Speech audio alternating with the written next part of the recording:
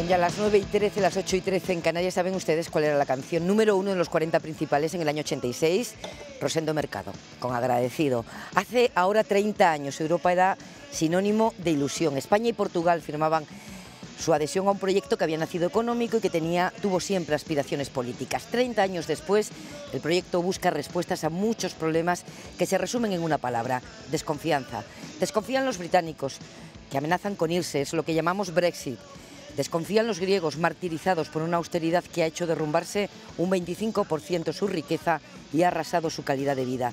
Tampoco hay confianza entre las instituciones europeas y el gobierno griego salido de las urnas en enero. Y se sigue hablando de Grexit. Desconfían unos países de otros para asumir inmigrantes y refugiados del polvorín del Mediterráneo Sur. Y desconfían muchos ciudadanos del Tratado de Libre Comercio que se negocia con Estados Unidos y que hoy tendría que haberse debatido en este Parlamento. Enseguida les contamos por qué no ha sido así. Desconfían escarmentados porque los procesos de globalización, que un día fueron una esperanza, han significado igualar a la baja derechos y servicios públicos y un sistema financiero casi incontrolable. Y si no tuviéramos suficiente con desconfiar los unos de los otros, tampoco parece estar claro qué debe ser Europa en el mundo en el siglo XXI. Xavier Vidal-Folk escribía este lunes: mirada a diario, Europa es un desastre. Desde el catalejo, su supervivencia es un hecho prodigioso. Así que Europa sentada en el diván y 4 eurodiputados sentados a la mesa de Hoy por Hoy en Estrasburgo, en un estudio de radio casi a las puertas del hemiciclo. Con la ayuda de Marisol Rojas les voy presentando. Por el Grupo Popular, Pilar del Castillo. Buenos días, Pilar. Muy buenos días, un placer estar aquí, Pepa. Tenía 32 años cuando España consiguió entrar en este club y ahora es casi una veterana del Parlamento Europeo. Llegó en 2004 y 10 años después ha vivido de cerca los cambios en la política española. Vio entrar a las nuevas caras y marcharse a históricos del PP como Alejo Vidal Quadras o Jaime Mayor Oreja. Por el Grupo Socialista, Irache García, que es la portavoz de los socialistas españoles en el Parlamento. Buenos días. Irache lleva aquí casi 11 años, los mismos que tenía cuando se firmaba nuestro ingreso. Aquí una de las principales batallas ha sido la igualdad y la defensa del trabajo que hacen los eurodiputados. El año pasado contestó desde su blog a quienes hablaban de casta. Escribió que se avergüencen los que generalizan como estrategia y los que desprecian el trabajo de los demás. Por el grupo de la Alianza de los Demócratas y Liberales, Maite Pagazaurtundúa, de UPyD, buenos días. Buenos días. A Maite Pagazaurtundúa la firma histórica le tocó ya con 20 años. Ahora, como eurodiputada, pide a sus colegas que salgan de los espacios de comodidad. Ha definido como auténtico disparate que los funcionarios se desplacen aquí, a Estrasburgo, cuando se podría trabajar desde Bruselas. Dice que esos fondos se podrían dedicar a la investigación, el desarrollo, los servicios sociales o los fondos de cohesión. Y por el grupo de la Izquierda Unitaria, Pablo Iglesias de Podemos, buenos días. Buenos días. El 12 de junio del 85 tenía 7 añitos. Con el tiempo los votos le trajeron al Parlamento Europeo, aquel lugar que definió como un cementerio de elefantes, donde los políticos desean gastarse un pastón, viajar en business class y que nadie les incomode. Al llegar aquí se dirigió a ellos y les aconsejó no ver el escaño como un premio de consolación o como una jubilación dorada. Pablo Iglesias, ¿se acuerda de algo de aquella firma del Tratado de Adhesión? 7 años. Pues la verdad es que no, se mezclan los recuerdos de infancia con las cosas que estudia uno, pero yo creo que estaba más interesado en Rosendo que en la entrada en la Comunidad Europea. En Rosendo, con 7 años ya. Que a mi madre le gustaba mucho y lo ponía en casa. Y quienes sí tienen memoria de adulto, de joven adulto de aquel momento, Pilar. De muy joven adulta.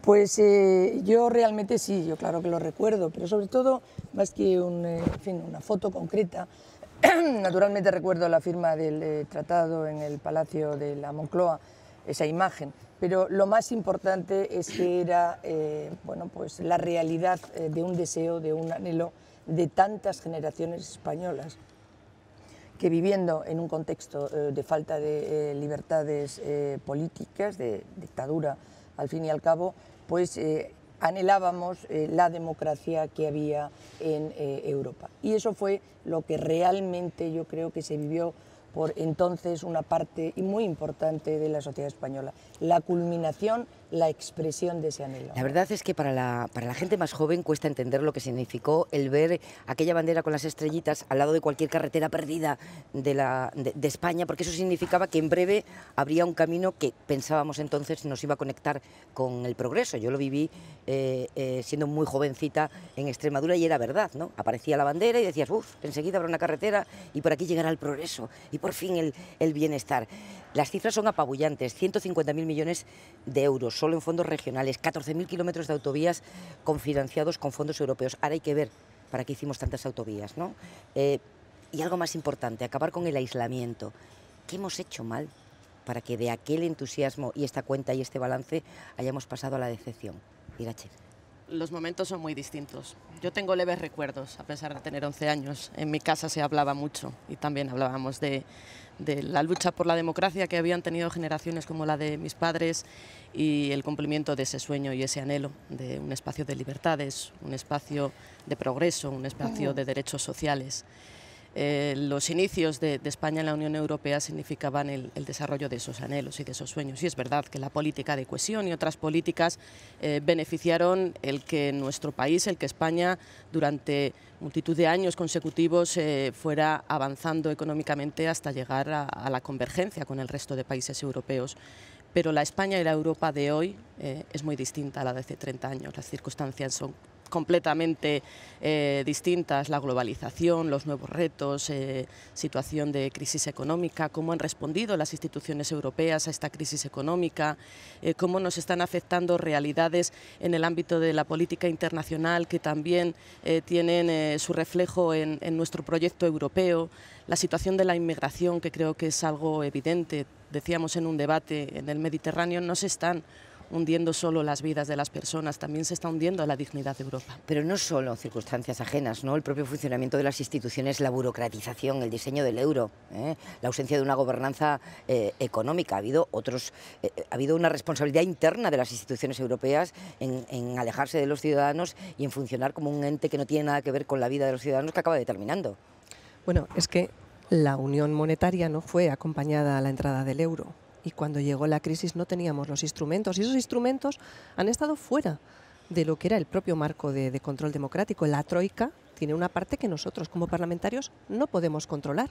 Yo me acuerdo que realicé hace poco una pregunta a la Troika a ver si se iba a disolver, porque como que ya iba haciendo falta que o bien la institucionalizamos o bien se quita de en medio. Claro, eso de que el FMI estos días nos diga que tenemos que bajar los sueldos, tener más precarización, subir los impuestos y copago en sanidad y en educación, pone los pelos de punta. ¿Cómo no van a estar desconfiados los ciudadanos cuando ocurren cosas como esta?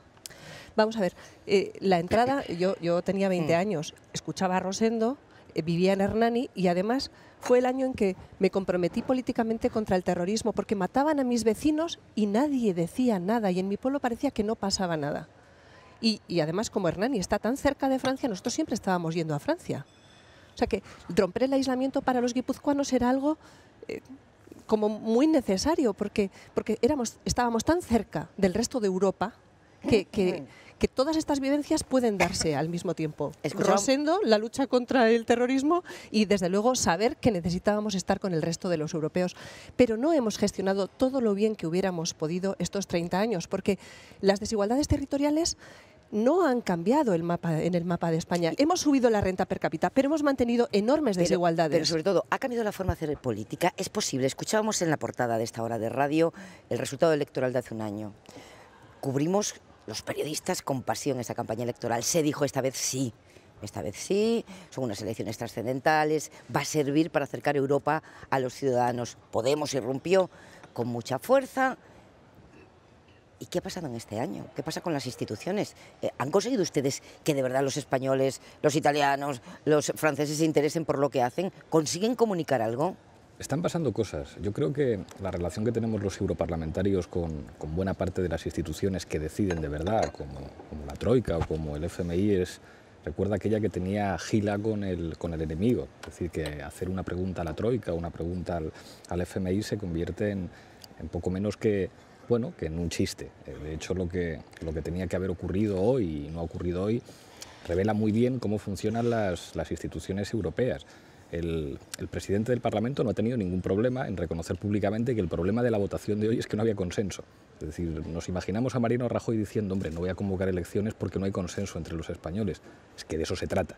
Un parlamento, cuando es de verdad, es cuando no hay consenso y cuando de repente no está claro lo que van a votar los parlamentarios. Aquí en el Parlamento Europeo casi siempre se sabe lo que va a ocurrir. Hoy no se sabía. Hoy había disidencias, había muchos diputados socialistas que incluso estaban dispuestos a rectificar lo que habían votado previamente en INTA. Parece que íbamos a poder tener un debate democrático. Entonces se dice, no hablemos hoy de esto del TTIP, ya hablaremos otro día cuando podamos cocinar las mayorías. Y eso es muy revelador de lo que está ocurriendo en Europa, que no hay controles democráticos. Pero eso no quiere decir que no estén cambiando las cosas. Antes, cuando yo tenía 7 años y mi madre escuchaba a Rosendo, pero después he podido estudiar que la clave fundamental que hace que un griego, que un portugués, que después gentes de los países del este tengan interés por el proyecto de la Unión es básicamente la prosperidad. Es decir, que en Europa había derechos civiles y que en Europa había un desarrollo de los derechos sociales y de la protección al desempleo y de los hospitales y la sanidad pública que no había en ningún otro lugar del planeta Tierra. Si uno estaba en región Unión Europea, sabe que aquí hay hospitales que funcionan, aquí hay escuelas que funcionan, aquí los trabajadores cobran sueldos dignos, hay seguro de desempleo. Eso, con la financiarización de la economía, con la manera en la que se desarrolla Maastricht, está entrando en cuestión. Eso es lo que yo creo que hace que el proyecto político de la Unión esté en crisis. Vamos a hablar del TTIP, que sé que hay muchísimos impacientes justamente por el poco caso que le hemos hecho los grandes medios a este asunto trascendental. Pero sí quiero aclarar, porque hace un año yo fui de las que creí que iba a cambiar la manera de funcionar de las instituciones y no lo veo. No lo veo, que las instituciones europeas estén funcionando de otra manera y las instituciones europeas son ustedes, señoras y señores. Sí, a mí me gustaría decir algo en relación al apoyo que hay hacia Europa en España y en otros países de la Unión Europea. Y me parece que es lógico en función de lo que hemos recibido, en función de cómo ha impactado nuestro país y otros países. El apoyo de los españoles a las instituciones europeas y al proyecto europeo está por encima de la media de la Unión Europea. En los últimos datos de Eurostat, el 59% de los españoles tienen ese apoyo, manifiestan ese apoyo frente al 54% de la media de los europeos. Esto es significativo. Pero nos conformamos con la mitad de la población. No, vamos a ver.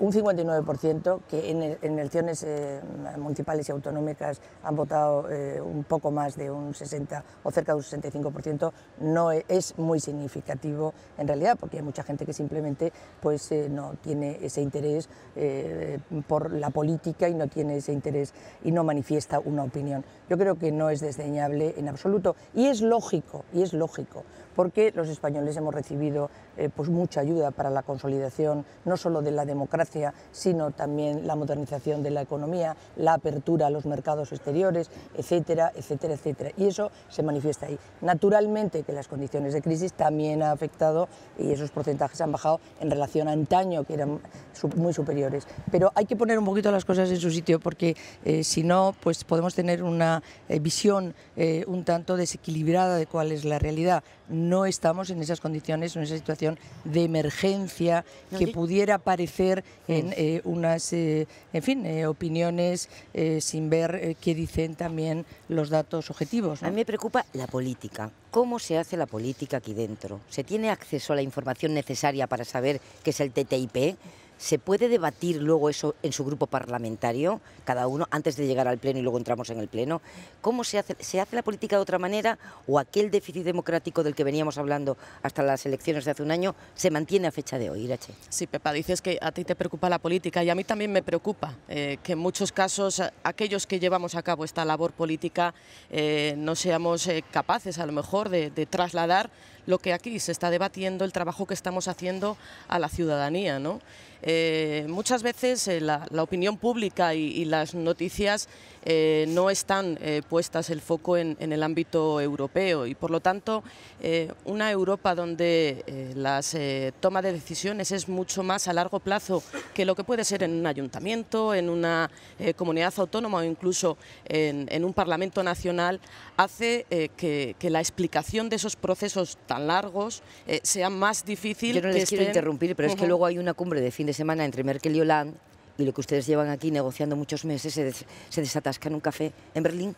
No, pero es que yo creo que hay que diferenciar. A ver, estamos hablando que somos 3 instituciones, la Comisión, el Parlamento y el Consejo, con competencias definidas en los distintos ámbitos. Este Parlamento tiene una labor de control a la Comisión y tiene una labor colegisladora que en muchas ocasiones es verdad que se está quedando corta porque tenemos una posición del Consejo que en determinadas legislaciones apaña o pone encima de la mesa o guarda en un cajón iniciativas importantes, ¿no?, que tienen que salir adelante. Hay conflictos entre las instituciones, claro que las hay. Hay necesidad de hacer reformas institucionales, claro que lo hay. Hay necesidad de ir acortando esa burocracia e ir siendo capaces de que la política europea sea más ágil, sea más cercana, podamos tener una respuesta más rápida. Pero y tengamos también claro quién manda aquí. ¿Mandan los europeos? ¿Mandan algunos europeos? La respuesta a esta pregunta, que es la que nos hacemos cada vez, ¿quién manda aquí? Bueno, ¿quién manda aquí? Es complicado de decirlo. Los parlamentarios, las parlamentarias tenemos una labor que en muchas ocasiones podemos sacar adelante y que en otras ocasiones, como digo, el bloqueo del Consejo, de la Comisión, no te posibilita sí, que esta legislación salga. vamos a ver. Vamos a ver. Las instituciones europeas están a medio construir y el Parlamento Europeo es un parlamento parcial. O sea, no tenemos la capacidad legislativa de un parlamento nacional. Por ejemplo, el año pasado se aprobó la finalización del roaming. Yo me acuerdo que yo estaba aquí de invitada y Pilar del Castillo lo defendió y estábamos todos encantados. Pero ahora llega el Consejo, la Comisión o quien sea y nos dice, uy, se va a retrasar. No tenemos todas las capacidades que necesitaríamos para que los ciudadanos puedan considerar que realmente hay una soberanía europea totalmente plena y representativa, porque se comparte con muchas instituciones y con la soberanía nacional. O sea, es complicado, estamos a medio construir. ¿Y ayuda el hecho de que los partidos políticos envíen a Europa a un político en retirada o a un político que empieza, que Podemos haya cambiado prácticamente todo su grupo parlamentario? Menos mal que tengo un secretario general, porque las demás no le van a dar caña a su partido, pero tengo un secretario general aquí para responder. Es decir, la vieja política enviaba a los políticos en retirada y la nueva política manda una avanzadilla y luego los cambia para irse a competir en España. Hombre, no es que los cambie, es que para nosotros el Parlamento Europeo ha sido el espacio fundamental de visibilidad y eso ha hecho que algunos de nosotros pues entendieran que podían ser más útiles, en este caso en Andalucía o en Aragón, donde creo que Pablo y Teresa han hecho un magnífico trabajo. Un magnífico trabajo que tiene que ver con lo que han aprendido aquí en Europa y para nosotros va a seguir siendo fundamental. Creo que hemos contribuido a que se hable un poquito más del Parlamento Europeo en España estando aquí. Sin entrar a valorar si los partidos entienden que el Parlamento Europeo es una jubilación dorada para viejas glorias, lo que es verdad, y lo decía Maite y tiene razón, es que esto no es como un Parlamento nacional, pinta muy poco el Parlamento Europeo, tiene unas funciones legislativas, colegislativas en todo caso, muy recortadas. Y eso pone encima de la mesa un problema que señalabas tú, que es ¿quién manda en Europa? ¿Manda a los ciudadanos europeos? No. No manda a los ciudadanos europeos. El único espacio en el que los ciudadanos pueden votar a sus representantes tiene recortadísimas sus capacidades legislativas. Y existe una práctica, que esto lo hablaremos después cuando hablemos del TTIP, que tiene que ver con que en este Parlamento hay que discutir lo menos posible y todo tiene que venir cocinado de casa. A mi juicio, eso no solamente plantea un problema de déficit democrático de las instituciones europeas, sino de viabilidad de la propia Unión. Mientras hubiera progreso, mientras haya derechos sociales en Europa, yo estoy convencido que la gente va a estar encantada con estar en Europa. Si eso no ocurre, si las decisiones fundamentales se toman al margen de lo que quiere la gente, tenemos un problema grave independientemente de cómo pensemos cada uno. No es cierto que todos los debates aquí se hagan de una manera corta y sin dedicarle el tiempo. El Parlamento Europeo ha estado colegislando una política tan importante, por ejemplo, la pasada legislatura, como es la PAC, la Política Agrícola Común, y este Parlamento consiguió hacer un cambio radical a la propuesta inicial que había hecho la Comisión Europea, tras un trabajo de escuchar, de cooperar con aquellos sectores que tenían cosas que decirnos. Posiblemente no haya sido el mejor acuerdo final, pero sí que se ha conseguido, gracias al trabajo que se hizo en el Parlamento Europeo, modificar de una forma muy esencial. Creo que hay que poner encima de la mesa los déficits, pero también hay que ser capaz de hablar de aquellas cuestiones positivas que este Parlamento puede llevar a cabo, porque al final los ciudadanos y las ciudadanas europeas tienen que saber que este es el espacio donde estamos representando los intereses de la ciudadanía. Sí, yo creo que, vamos a ver, este Parlamento ni es un retiro dorado para nadie, ni es un sitio al que pueden venir a descansar y pasarlo bien los más extremadamente jóvenes, si ese fuera el caso.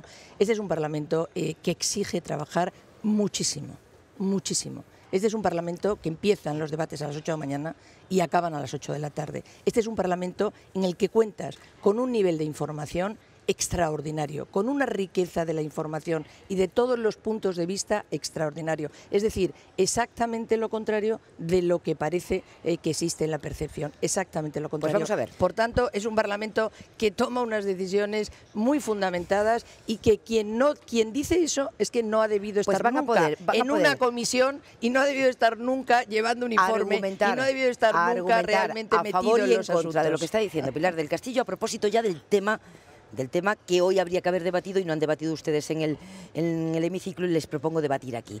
Ese tratado de libre comercio con Estados Unidos.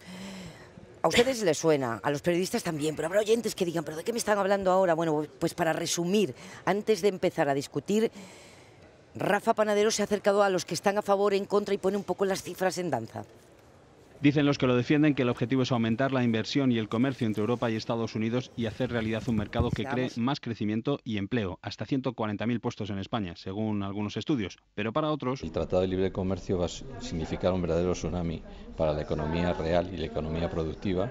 Es un enfrentamiento de dos modelos de producción, el norteamericano y el europeo, que hay aspectos de ellos, del modo de producción, que son incompatibles. Billy Meyer, eurodiputado de Izquierda Unida de 2004 a 2014, plantea una enmienda a la totalidad, un no rotundo, a un tratado que tiene en concreto algunos puntos especialmente polémicos.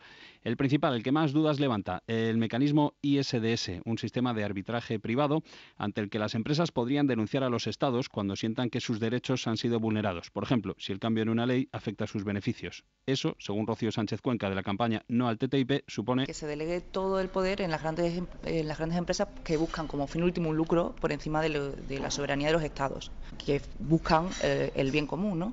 Supone una merma de los derechos de los ciudadanos al dejar que las grandes empresas decidan las legislaciones. Otro asunto que levanta ampollas es lo que llaman convergencia reguladora, que viene a ser la adaptación de las leyes a uno y otro lado del Atlántico y que se podría traducir, dicen, en cambios en la normativa laboral. Frente a los peligros que advierten los del no, los mensajes de calma de los del sí. Eduardo Garzón es miembro del Comité Científico de ATAC, Dimitri Barúa es portavoz de la Comisión Europea en España. No nos lo han dicho, pero sabemos y sospechamos que va a ser a la baja y por lo tanto, si se aprobara este tratado, veríamos que se empezarían a producir reformas laborales, nuevas reformas laborales en los estados europeos para armonizar la legislación. Pero se tiene que ir al Parlamento. En el momento que al Parlamento Europeo se le plantee rebajar nuestra legislación, pues no lo va a aceptar. Para nosotros es una línea roja. Más polémicas, los efectos en las pequeñas y medianas empresas. Los que se oponen dicen que esto solo va a beneficiar a las grandes corporaciones, algo que niega Gerardo Cuerva, vicepresidente de la Confederación de Pymes Españolas. Si para alguien es importante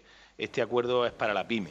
Este acuerdo puede allanar ese camino para que la pyme desempeñe su actividad empresarial fuera. Y a todo esto añadamos, por cerrar en algún punto, las críticas al secretismo con que algunos dicen que se está llevando todo esto, algo que niega el principal negociador del lado europeo, Ignacio García Bercero. Hay ciertos textos que reflejan la posición americana que tienen que ser mantenidos con confidencialidad, pero la negociación, pienso yo, que estamos haciéndola dentro del nivel máximo de transparencia que es posible. Son tantos los puntos abiertos y eso que lo que se discute es solo el mandato, es decir, las pautas que deberá tener en cuenta la Comisión, que es quien finalmente negocia con Estados Unidos, que en las últimas horas se han recibido más de 200 enmiendas, con lo que el presidente Schulz ha decidido aplazar la votación. Y luego, como saben, se ha decidido ni siquiera debatir. Decía Pablo Iglesias, no se debate, Irache García, porque como no se tiene garantías de ganar, pues por eso se ha suspendido al final la votación.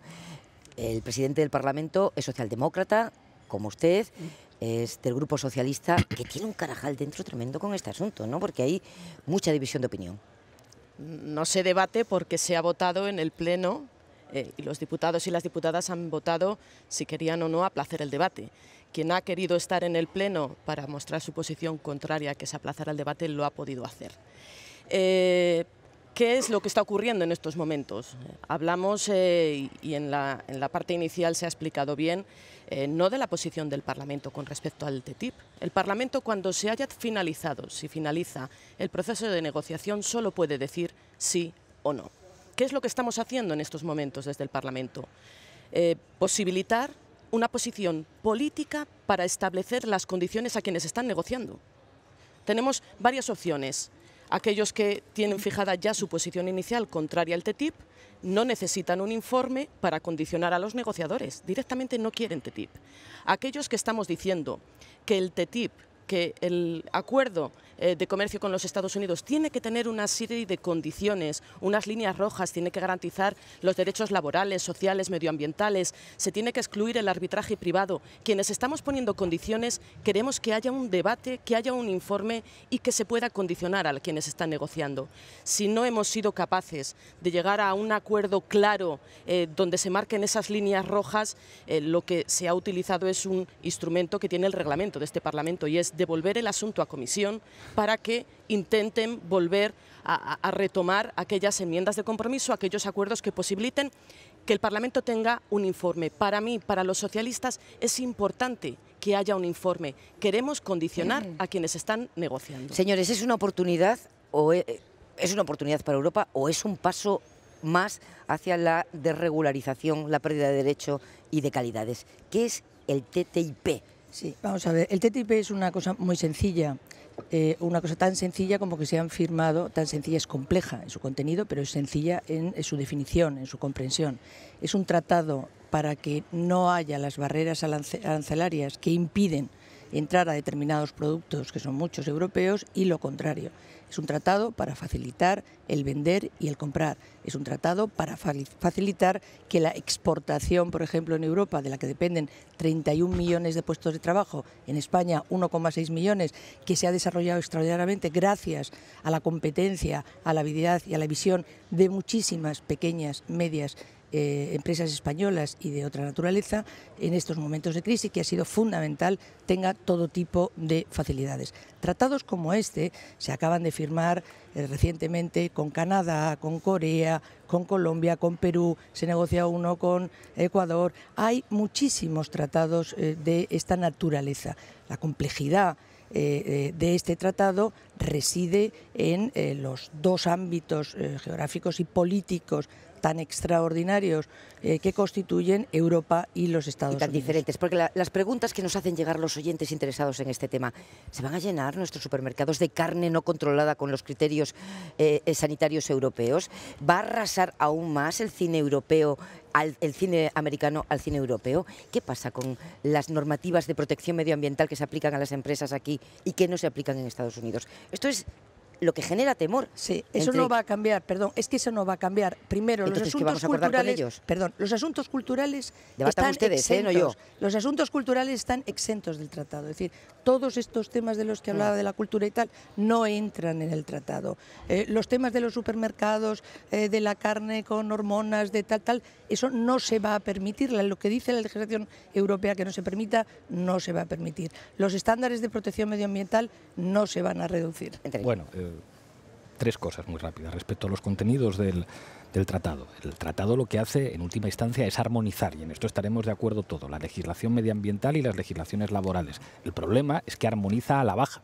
Es decir, no nos ponemos de acuerdo en donde somos más exigentes los europeos o los estadounidenses en materia de derechos laborales o en materia medioambiental, sino en lo contrario, lo cual hace que esto no beneficie ni a los ciudadanos, ni a los consumidores, ni a la pequeña y a la mediana empresa. ¿A quién beneficia? A las grandes empresas. Prueba de ello es que las negociaciones son secretas.